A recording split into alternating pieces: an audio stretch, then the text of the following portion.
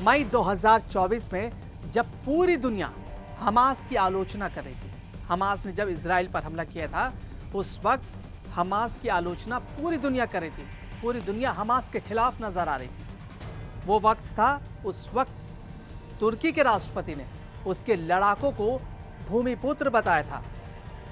ये वो वक्त था जब हमास के खिलाफ पूरी दुनिया थी। अब हालात बदल चुके हैं। अब तुर्की ने पूरी तरह से यू टर्न ले लिया है। अब तुर्की ने उस प्रस्ताव पर हस्ताक्षर किए हैं जिसमें फलस्तीन से हमास को हमेशा हमेशा के लिए चले जाने के लिए कहा गया है। हमास को फलस्तीन खाली करने के लिए कह रहा है। तुर्की ने सीधे सीधे हमास को सरेंडर करने के लिए कह दिया है।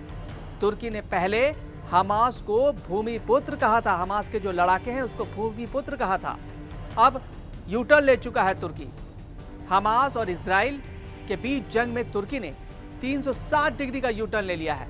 तुर्की के राष्ट्रपति हमास के लड़ाकों को भूमिपुत्र बताते रहे, लेकिन अब तुर्की ने उसी हमास से हथियार डालने और गाजा को छोड़कर चले जाने के लिए कहा है। दरअसल तुर्की ने उस पत्र पर हस्ताक्षर किए जिसे यूएन में सऊदी ने 2 राष्ट्र सिद्धांत को लेकर पेश किया है।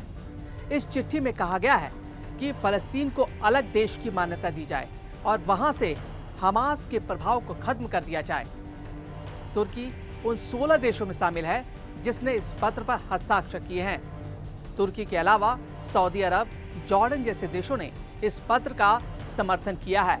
इस पत्र को न्यूयॉर्क घोषणा पत्र का नाम दिया गया है। न्यूयॉर्क घोषणा पत्र के बारे में जान लीजिए। 28 और 29 जुलाई को यूनाइटेड नेशन के न्यूयॉर्क ऑफिस में 2 राष्ट्र सिद्धांत को लेकर बैठक बुलाई गई थी। बैठक की अध्यक्षता सऊदी अरब ने की।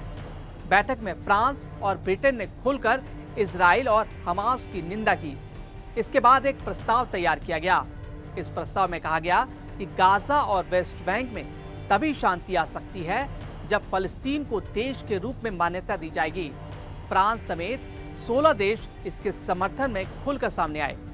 तुर्की ने भी इसका सपोर्ट किया है। प्रस्ताव में आगे कहा गया कि फलस्तीन जो नया मुल्क बनेगा, वहां की सत्ता राजनीतिक संगठन को ही मिल सकती है। फलस्तीन से हमास को हमेशा के लिए जाना होगा। यहीं पर तुर्की को लेकर सवाल उठ रहे हैं। सवाल ये, तुर्की ने यह धोखा हमास को क्यों दिया? तुर्की हमास के लड़ाकों को राजनीतिक शरण देता रहा है। इस्माइल हानिया, सलाह अल अरारी जैसे हमास के बड़े नेताओं को तुर्की की सरकार में सालों तक तुर्की में रहे। इन लोगों को तुर्की ने नागरिकता भी दी। सोचिए, हमास को पाला पोसा, उनके नेताओं को नागरिकता दी और आज यू टर्न ले लिया है। आज सीधा कह दिया है कि आप फलस्तीन छोड़ के चले जाइए। रिपोर्ट के मुताबिक साल 2024 में अमेरिका ने हमास नेताओं को शरण देने के लिए तुर्की को इसके लिए फटकार भी लगाई थी। तुर्की नेटो कंट्री है और अमेरिका इसमें प्रमुख देश है।